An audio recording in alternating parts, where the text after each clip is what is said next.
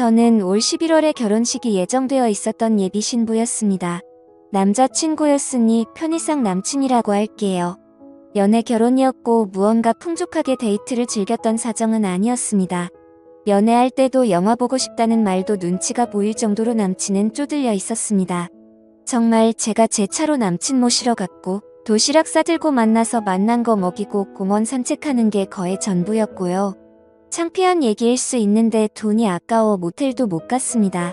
꿈꾸고 바라던 연애는 아니지만 정말 정신적인 사랑 충분하게 했고요. 그래도 남자라고 저한테 모텔비까지 내게 하고 싶어 하지는 않았습니다. 연애 기간 동안 한 번도 서로의 집안을 왕래하지 않았어서 그것에 관해선 서로 불만 없었습니다. 그렇게 4년이 넘도록 만났어요. 저는 내년에 29입니다. 그러다가 아홉수가 안 좋다며 올해 날짜를 급하게 잡고 상견례를 했고 그 자리에서 뭐가 그렇게 당당하신지 시어머님들은 자기네 돈 없다고 말하셨고 저의 부모님은 뭐가 그렇게 죄송스러운 건지 계속 괜찮다며 돈이 있다가도 없고 없다가도 있다고 그러면서 둘만 잘 살면 되는 거 아니겠냐고 하셨죠. 돈 없다고 말하셨을 때도 제 속으로는 설마 정말 그렇게 없으실까? 조금이라도 보태주시겠지 했습니다. 연애야 가난하든 말든 내가 좋아서 했지만 정말 결혼은 다르더라고요. 남친만 본다며 아직도 생각이 달라지지 않아요. 지금도 좋거든요.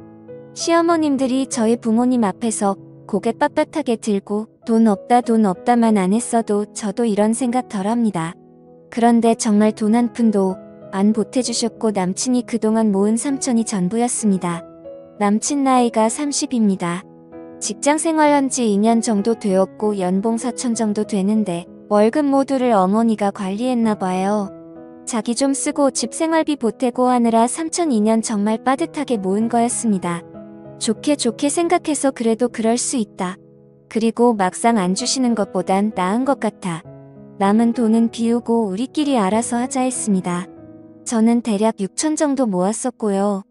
저희 집에서 집을 사주시겠다고 하시고 결혼자금으로 5천을 주신다고 하셔서 엄마 아빠 덕분에 나름 여유있게 결혼 준비 중이었습니다.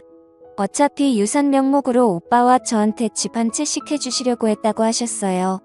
지금 당장 융통할 수 있는 돈이 3억이라 나머지 집값은 부모님이 대출까지 받으셔서 저희 집을 장만해주셨고 당연히 명의는 제 명의로 했고요. 집 장만을 하고서도 서로 연락 없었습니다. 돈 한 푼 안 되던 시댁에서 고맙다는 말까지 없더군요. 그때 남친도 괜히 연락 주고받다가 마음 상한다며 웬만하면 자기를 통해서만 얘기하길 바랐고 저도 한 성격 하는지라 서로 연락해서 좋을 게 없다 싶었지만 사돈이 자부를 주셨는데 감사하단 인사 정도는 해야 하는 거 아닙니까? 그러다 제가 얼마 전에 남친에게 서서히 월급 통장 가져올 준비를 하라고 했습니다. 다른 부분들은 모르겠지만 그쪽 어머니 통장을 절대 그냥 주실 분이 아니라는 거 정도는 알았거든요.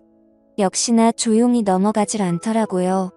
전화하셔서 반 이상 욕을 섞어가면서 싸가지 없이 월급 통장 가져오라 그랬다면 난리를 치셨고 이내 집에서 그렇게 많이 해줬냐 그렇게 많이 해줘서 겁을 상실했냐 뭐 이딴 소리만 반복했습니다. 정말 창피했습니다. 누가 들을까봐 수화기 소리를 얼마나 줄였는지 모르겠어요. 세상 쌍욕을 다 하시더라고요. 이때만 해도 시어머니니까 예의는 지켜야겠다 싶어 할 말 많았지만 참았고 남친한테 짜증내며 따졌어요.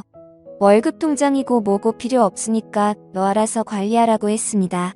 어차피 따로 관리하는 집들 많으니까요. 네 엄마랑 알아서 하라고 했고요. 네, 월급 다 하니까 생활비는 제대로 가져오라고. 나머지 돈은 다 필요 없다고 조용히 살자 했습니다. 막상 포기하고 나니까 남친이 겁을 먹었는지 바로 통장 가져왔더라고요. 확인해보니 마이너스였던 통장이 저와 통화 후 1,800만 원 들어와 제로 상태였습니다. 그야말로 빵원요. 3천만 원이라는 돈은 또 어디로 간 걸까요? 아들내미 생활비 받는 것도 모자라 3천만 원을 말씀 없이 꿀꺽 하셨나봐요. 이런 상황조차 차마 저희 친정에는 말할 수 없었습니다. 남친도 정말 미안해했습니다. 어쩌겠어요. 이미 없어진 거 더 탓하고 싶지 않았어요. 통장 사건이 있고 얼마 안 되어 남친이 다른 건 몰라도 처갓집에서 대출 받으신 거는 우리가 갚자고 제안하더라고요. 그 순간 정말 그래 내가 신앙복은 있구나. 우리 신랑 정말 개념 있구나. 그렇게 생각했어요.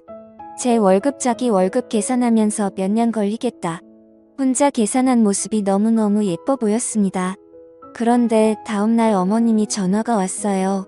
또 욕을 해가면서 우리가 언제 니네 대출까지 받아서 집 해달라 그랬냐고 소리를 지르는 겁니다. 왜 대출은 받아서 자기 아들이 그걸 갚아야 하냐고 난리를 치는 겁니다. 정말 다리에 힘이 풀리고 할 말이 없었습니다.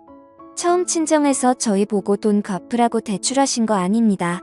자식된 도리로 할 수 있는 건 해야겠다 싶어 저희 스스로 그런 결론을 내린 거죠.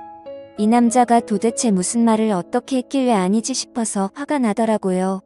대출금만 갚는 게 아니에요. 저희 집에서 해준 집값 다 갚기로 했는데요. 라고 말을 했고 아무 말 없이 전화가 끊어졌습니다. 그 길로 그 어머님 입원하셨대요. 저와 통화 후 너무 충격 먹어서 입원하셨대요. 무슨 통화 후 갔는지 다 남친한테 얘기했고 돈이 그렇게 아까우면 그냥 결혼하지 말자 그랬습니다. 아무래도 결혼 후에도 나 때문에 어머님 여러 번 입원할 것 같은데 나도 사람인지라 누가 나 때문에 계속 쓰러진다면 우리가 잘 살 수 있겠냐고. 괜히 이혼하게 될 거야. 그러지 말고 파혼하자 그랬습니다. 남친만 생각하면 솔직히 파혼 통보까지 너무하는 건가 싶기도 했죠. 결혼 전에 다들 얼마나 싸우고 속상해하고 그러는지 모르겠지만 집도 내가 하고 혼수도 내가 하고 예단은 엄청 바라면서 예물은 낭비니까 하지 말자 그러는 시댁이 정상이 아니지 않나요? 게다가 시어머니 당신 생각에는 예단으로 샤넬백 정도 적당한 것 같다고 하셨어요. 샤넬백이요? 어디서 들은 건 있으신 거지 돈 한 푼 안 보태는 시댁에서 바랄 예단은 아닌 것 같아요. 결혼 준비하면서 예단 예물 때문에 틀어지는 경우 많이 들었는데 제가 조용히 있으니까 만만해서 이러는 건가? 정말 설마 이랬죠. 근데 진짜 그런 일이 있더라고요. 그래도 그쪽에 표현 안 하고 우리 엄마 아빠한테 너무 미안해서 내 돈으로 한복해드리고 결혼하는데 도리어 샤넬백을 선물로 받지 못할 망정 이 꼴이 뭔가 싶어요. 가난하다는 거 몰랐던 것도 아니고 그런 거 정말 생각하고 만났습니다.